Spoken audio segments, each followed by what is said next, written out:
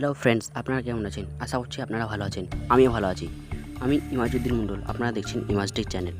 তো এই ভিডিওতে আজকে আমি আপনাদেরকে দেখাবো যে কীভাবে আপনি আপনার নিজের মোবাইল ফোনের কিবোর্ডে কীভাবে নিজের ছবি সেট করা যায়। এই ভিডিওতে আমি আজকে দেখাবো।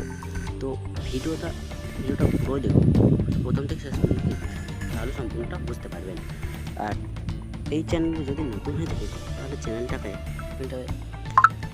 প্রথমে সাবস্ক্রাইব করুন, তারপরে পাশে থাকা বেল আইকনটাকে বাজিয়ে দিন, তারপর অল নোটিফিকেশন সেট করুন, তারপরে একটা লাইক করুন।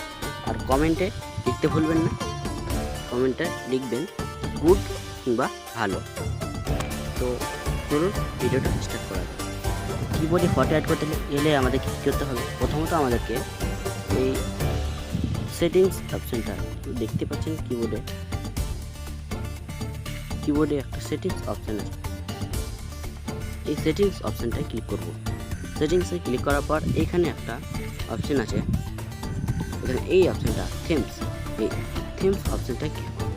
থিমস অপশানে ক্লিক করার পর এখানে আপনি নিজের ইচ্ছে মতো এখানে কিবোর্ডের কালার কিংবা অন্য কোনো লাইট, গ্রেডেন, ডার্ক এখানে সিলেক্ট করে নিতে পারেন। ডাউনলোড করে এটাকে আপনি আপনার কিবোর্ডের মাধ্যমে সিলেক্ট করে নিতে পারেন, অথবা আপনি চাইলে এখানে একটা আপনার ফটো অ্যাড করতে পারেন। কীভাবে সেটা আপনাকে দেখাবো। তো প্রথমে আপনাকে এই অপশানটায় প্লাস অপশানটায় ক্লিক করতে হবে, মাই থিমস। তো এখানে ক্লিক করার পর আপনি আপনার গ্যালারিতে চলে আসবেন। চলে আসার আপনাকে নিচে স্ক্রল করে আপনার যে ফটো আপনি দিতে চান এখানে আপনি সেই ফটোটা এখানে সিলেক্ট করুন। তো আমি আমার একটা ফটো এখানে দিয়ে দিচ্ছি, আমি এই ফটোটা দিব। তো এই ফটোটা ক্লিক করলাম। এই ফটোটায় ক্লিক করার পর এখানে সিলেক্ট অপশানে ক্লিক করলাম।